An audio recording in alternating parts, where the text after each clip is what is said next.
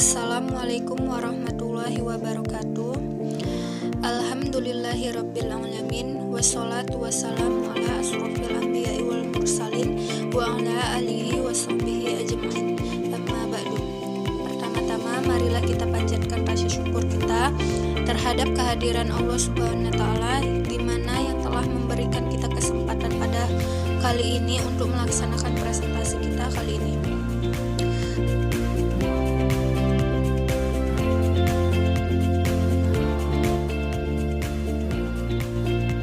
Baiklah, saya akan menjelaskan pengertian media pembelajaran membaca di kelas rendah.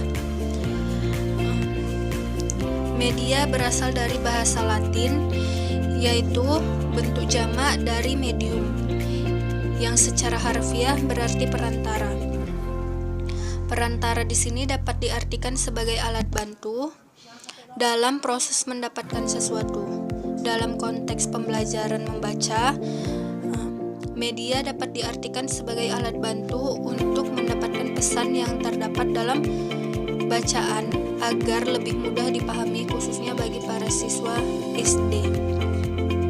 Media pembelajaran membaca pada dasarnya merupakan alat bantu yang dapat mempermudah pembelajaran. Dalam pembelajaran membaca, media pembelajaran membaca dapat berupa grafik, tabel, peta, diagram, bagan, dan alat-alat bantu visual lainnya. Selanjutnya yaitu jenis-jenis media pembelajaran membaca di kelas rendah, yaitu yang pertama media grafik, yang kedua media tabel, yang ketiga media bagan, yang keempat media peta.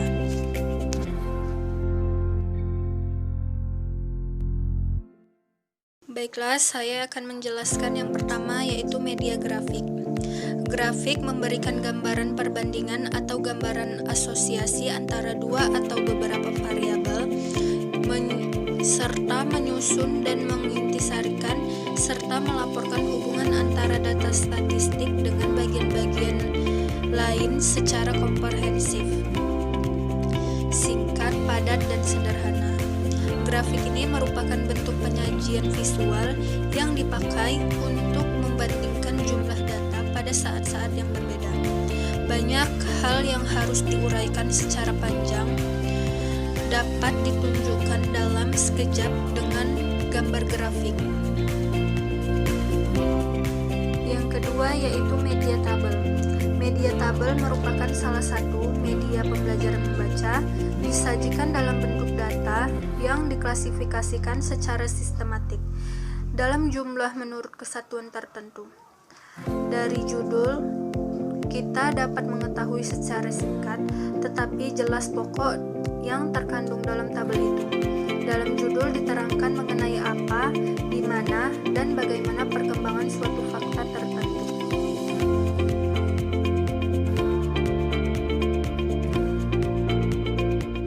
Yang ketiga yaitu media bagan.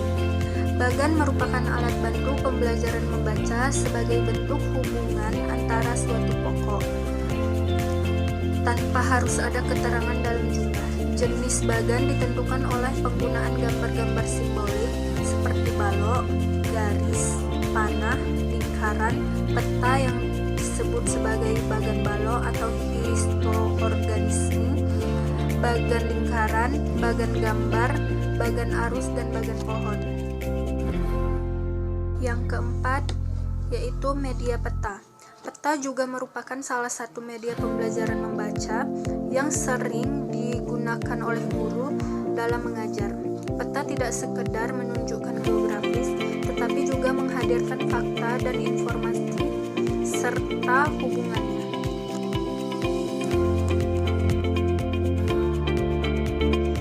Adapun fungsi media pembelajaran membaca, yang pertama itu dapat memperjelas penyajian pesan dan informasi. Yang kedua, dapat meningkatkan dan mengarahkan perhatian siswa. Yang ketiga, dapat mengatasi keterbatasan indera, ruang dan waktu. Serta yang terakhir, dapat mengatasi perbedaan pengalaman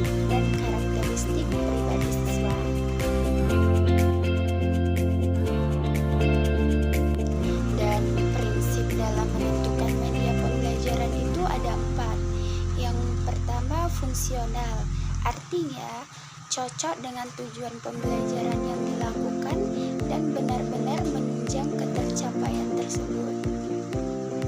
Yang kedua itu tersedia, artinya media yang akan digunakan sudah ada dan sudah dipersiapkan.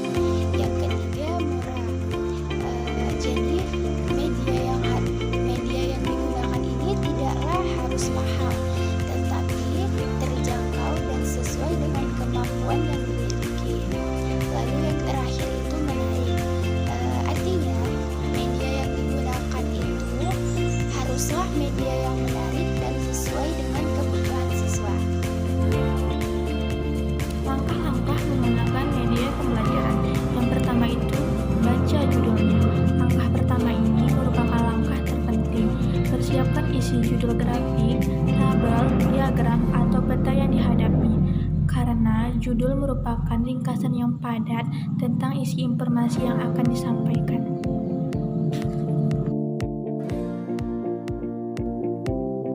Yang kedua itu baca informasi yang ada di atas, di bawah, atau di sisi lainnya. Informasi yang ada merupakan kunci penjelasan tentang materi yang disajikan.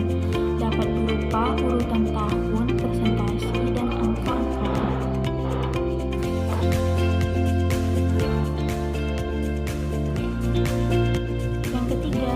Yang ketiga itu ajukan pertanyaan tentang tujuan grafik, tabel bagan, atau peta.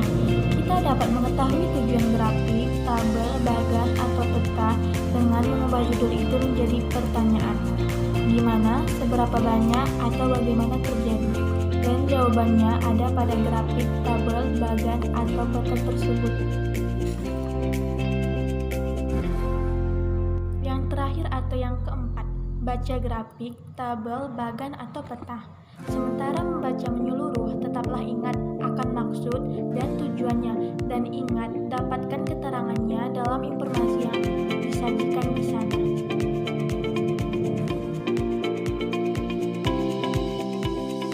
Demikian isi presentasi kami pada kali ini. Semoga ilmu yang kami sampaikan dapat bermanfaat bagi kita semua. Sekian dari kami. Wassalamualaikum warahmatullahi wabarakatuh.